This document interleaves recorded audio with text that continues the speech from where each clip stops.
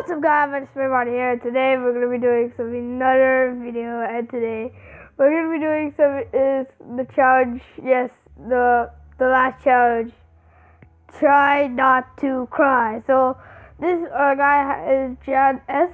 You can subscribe to him, subscribing him because I hate crying. So yeah, I don't cry on like a minute ago. I don't cry something, I don't cry anything, I don't cry.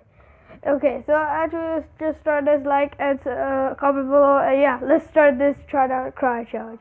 If I cry, I will lose. Yeah, who cares? Let's just do it. Yeah, I'm just checking something. This thing, the quality will be like this one. No. Do this day. When I was a kid, I used to think that pork chops and karate chops were the same thing. I thought they were both pork chops. And because my grandmother thought it was cute, and because they were my favorite, she let me keep doing it. Not really a big deal. One day, before I realized fat kids are not designed to climb trees, I fell out of a tree and bruised the right side of my body. I didn't want to tell my grandmother about it because I was scared I'd get in trouble for playing somewhere I shouldn't have been. A few days later, the gym teacher noticed the bruise and I got sent to the principal's office. From there, I was sent to another small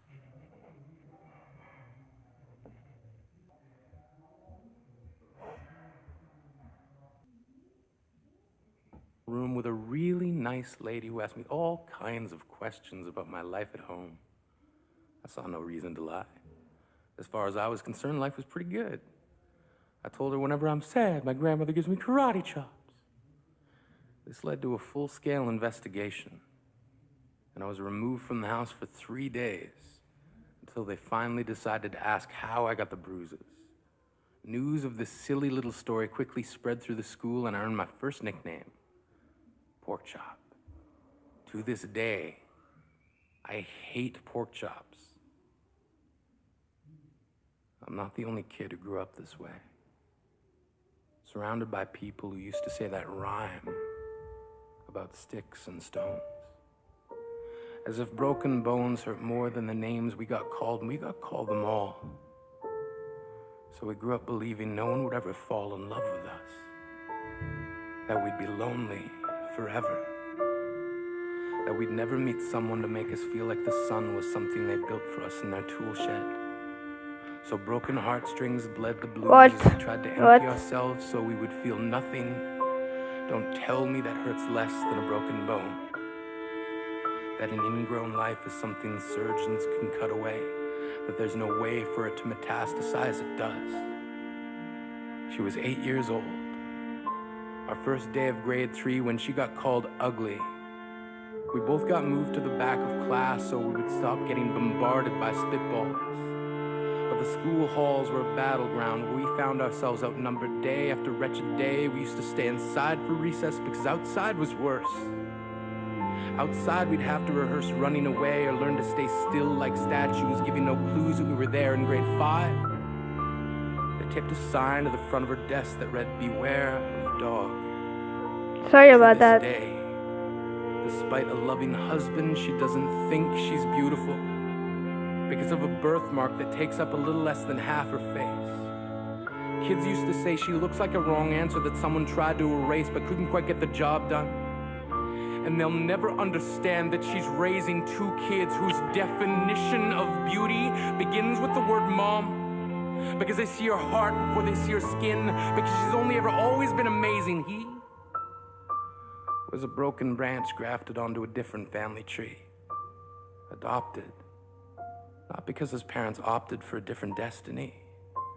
He was 3 when it became a mixed drink of 1 part left alone and 2 parts tragedy.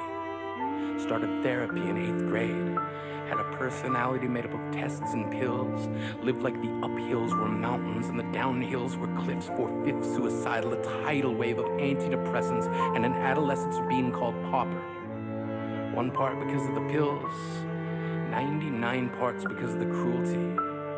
He tried to kill himself in grade 10 when a kid who could still go home to mom and dad had the audacity to tell My him, heart.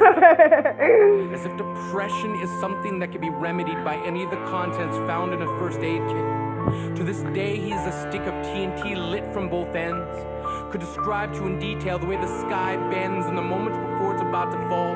And despite an army of friends who all call him an inspiration, he remains a conversation piece between people who can't understand. Sometimes being drug-free has less to do with addiction and more to do with sanity.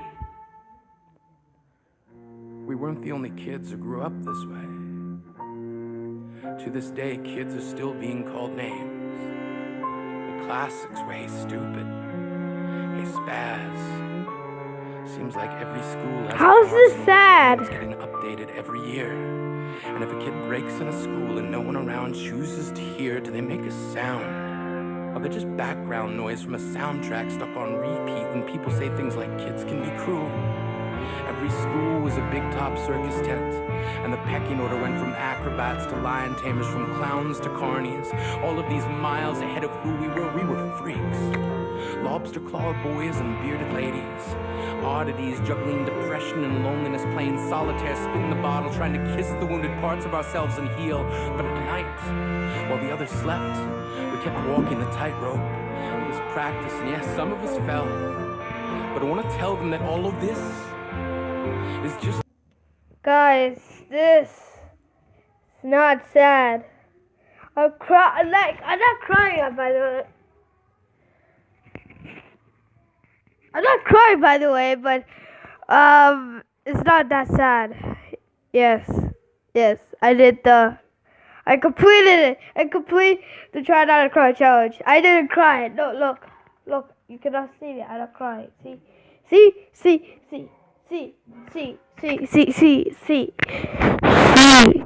guys, I'll see you in the next video, guys. Subscribe and like, and that will be appreciated. And I will see you in the next video, guys. Peace out.